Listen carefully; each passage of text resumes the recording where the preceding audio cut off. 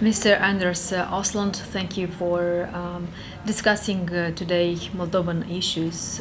I would like to start a few of my questions about Moldovan economy that lately has become quite vulnerable after the well-known corruption of $1 billion of dollars that has been revealed in 2013.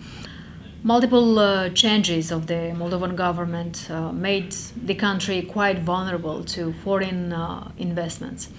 So my question is, where do you see improvement so that Moldova can progress among European partnership countries? Well, the central thing in Moldova is to clean out the banking system. And what happened in this case was an outrageous robbery of three major banks.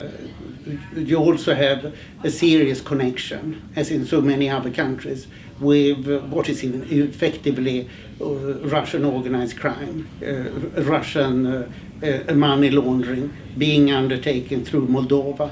It has mainly been done through Latvia and the former Soviet Union, and of course it goes through Cyprus and London. If Ukraine succeeds, I think that Moldova will succeed. If Ukraine fails to get control over its corruption, then I think that Moldova will persist in a similar situation. What are the lessons to learn from the political and economic situation of Ukraine so that Moldova avoids various decision-making bad practices?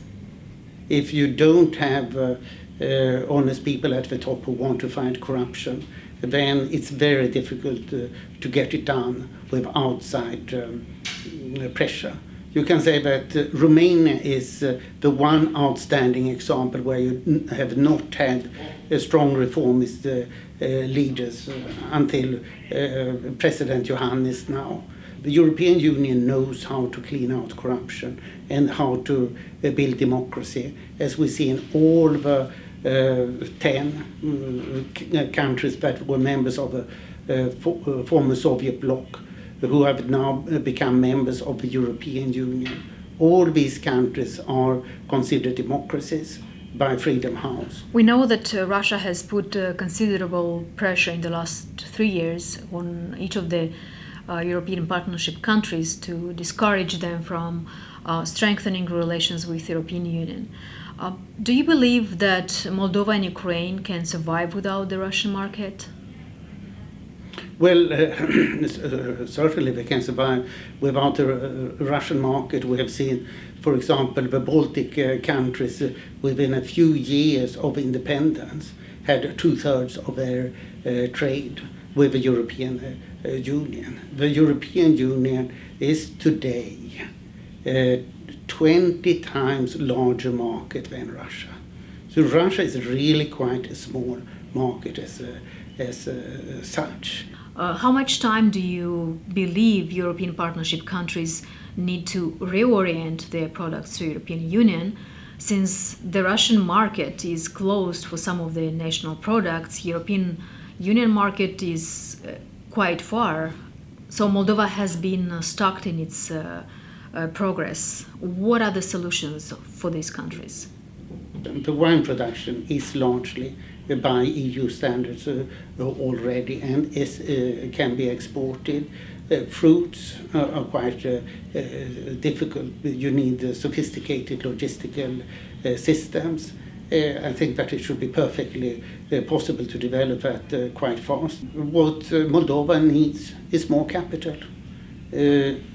Traveling around Moldova, you see that a large share of the land is not being used. And it's not being used because ownership is too fragmented. You see lots of small fields, and these fields are too small to allow significant investment. So you're seeing old, very ancient Soviet machinery being used on the land. What is needed is to facilitate trade in agricultural land. I would also like to ask about the United States support that has provided over $1 billion assistance since Moldovan independence in 1991. It has been dedicated toward improving good governance, to combat corruption and increase accountability, also strengthen rule of law, reduce bureaucracy, and improve the business environment. Do you believe this assistance was worthwhile used, or it should have reached a more rapid economic growth? Well, you have one particular problem in Moldova, which is the political instability, and there are several reasons for it. Of course, the Transnistria status is seriously stabilizing Moldova in itself. We have a Gaugaus issue also that is destabilizing. And then you have a pro-Russian Communist Party standing against several pro-European countries. So this makes it quite difficult to get a majority, and then that Moldova requires a qualified majority, for example, for presidential elections. Albania used to be the worst, the poorest country in Europe. Now it has become Moldova. And I think that the main reasons were the first Russian policy to destabilize Moldova, turning to the reform agenda.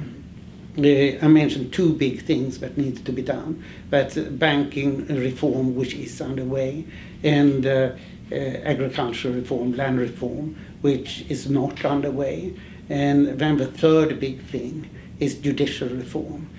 Mr. Aslund, I would also like to ask if you think Moldova is too fragmented society, which can be perceived as a negative factor for its economic growth.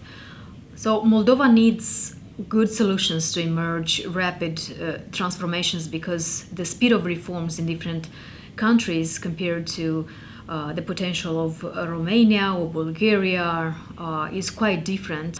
So in your opinion, what are the factors that have pushed back Moldova to a better progress?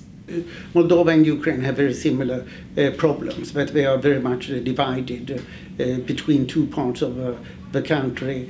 In Ukraine, it's Russian speakers against Ukrainian speakers. In Moldova, it's the Communist Party against the pro-Europeans. And the situation has been resolved, I would argue now, in Ukraine, but the greater national cohesion has evolved thanks to the Russian aggression. Putin has resolved the problem of national integration in Ukraine. In Moldova, I do not see that this has happened as yet, that a large part of the population has a much more positive attitude towards Russia than is the case in Ukraine. Do you believe the international community has invested enough efforts to narrow borders with the European Union, or do you see Moldova still an isolated country?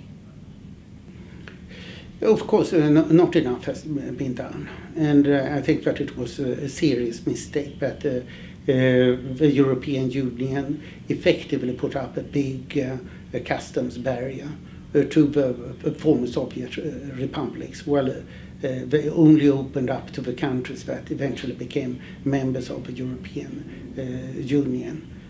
For a long time, Moldova had only 1/10 of its exports going to the European Union. That should have changed much earlier. What could Moldova have done better, and where do you see Moldova in the next 25 years? In the best case, both Ukraine and Moldova could apply for membership of the European Union in 2020 and become members of the European Union in 2030. So this would be an optimistic forecast. How do you see Moldova after 25 years of independence? Do you see more struggles with former USSR roots, or you see it more of an European country as it stands to become? Well, of course, what has happened in the last 25 years has not been very successful in Moldova. There are 5 former Soviet countries that have less GDP today than they had 25 years ago. And that's Moldova, Ukraine, Georgia, Kyrgyzstan and Tajikistan. The biggest drawback has been the Russian factor, which has come in several forms.